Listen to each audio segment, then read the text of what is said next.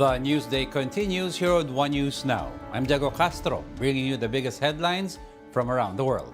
Israel retaliates on Gaza following the Hamas fighters' rampage through the southern district.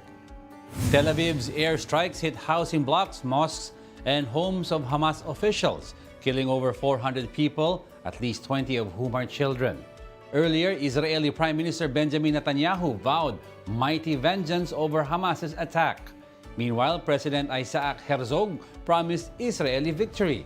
Hamas's attack on Saturday is considered as the deadliest day in Israel since the Yom Kippur War. The group killed at least 700 Israelis, while dozens more were abducted. מעשה התועבה הזה, שהחל בעיצומם של שבת וחג, תוך חציית קו הגבול, והמשיך בתקיפת קו המחרשה, הוא חטא בל יכופר. חטא שמובל לא רק בידי ארגון מחבלים רצחני, אלא בידי ציר רשע, שבסיסו באיראן. The United States sends military ships and aircrafts to Israel to support their war against Hamas. According to U.S. Defense Secretary Lloyd Austin, their security assistance began moving Sunday, U.S. time.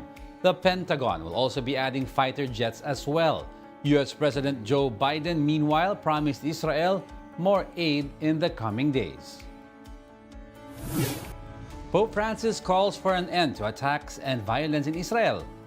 This comes after a multi-pronged attack by Palestinian gunmen on Israeli towns left hundreds of Israelis dead, while hundreds of Palestinians were also killed in Israel's retaliatory bombardment.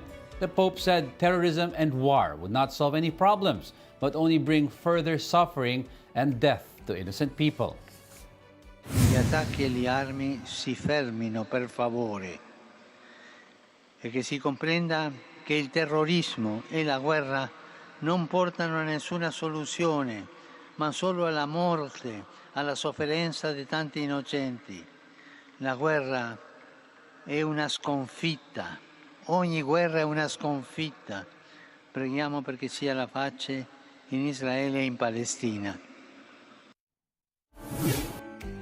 We'll be back with more stories after the break. Keep it here on One News.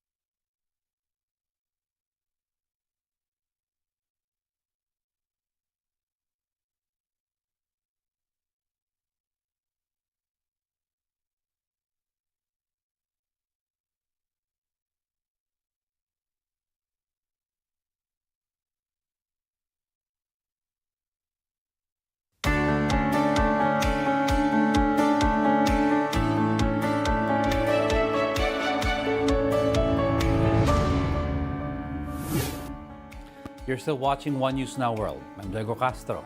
Over 2,400 people were killed in earthquakes in Afghanistan, according to the Taliban administration.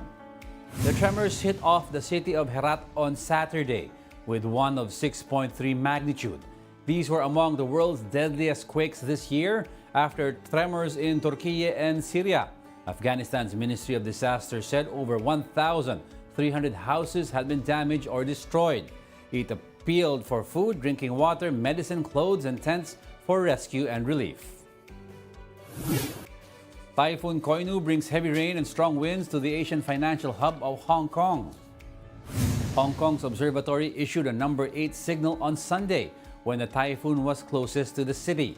Coinu is expected to move south along the coast of Guangdong and may start to gradually weaken. Last week, the typhoon killed 1 person and injured almost 400 in Taiwan as it hit the southern part of the island. Analysis by the BBC found that the world has breached the key warming threshold at an alarming rate. In December 2015, political leaders signed a deal to make an effort to keep the long-term rise in global temperature under 1.5 degrees Celsius. The threshold has been broken numerous times before, but only for a short period of time. However, a BBC analysis shows that the world has been 1.5 degrees Celsius warmer than the pre-industrial average for around 86 days this year so far. That's based on numbers that reflect a global average, which the BBC admits can come with small discrepancies. The BBC notes that one factor driving up temperature is the onset of the El Niño phenomenon. And those are the top world headlines of the hour. Join us again at 9:45 a.m. as we continue to monitor the day's biggest stories. I'm Diego Castro. We are One News. All sides, all the time.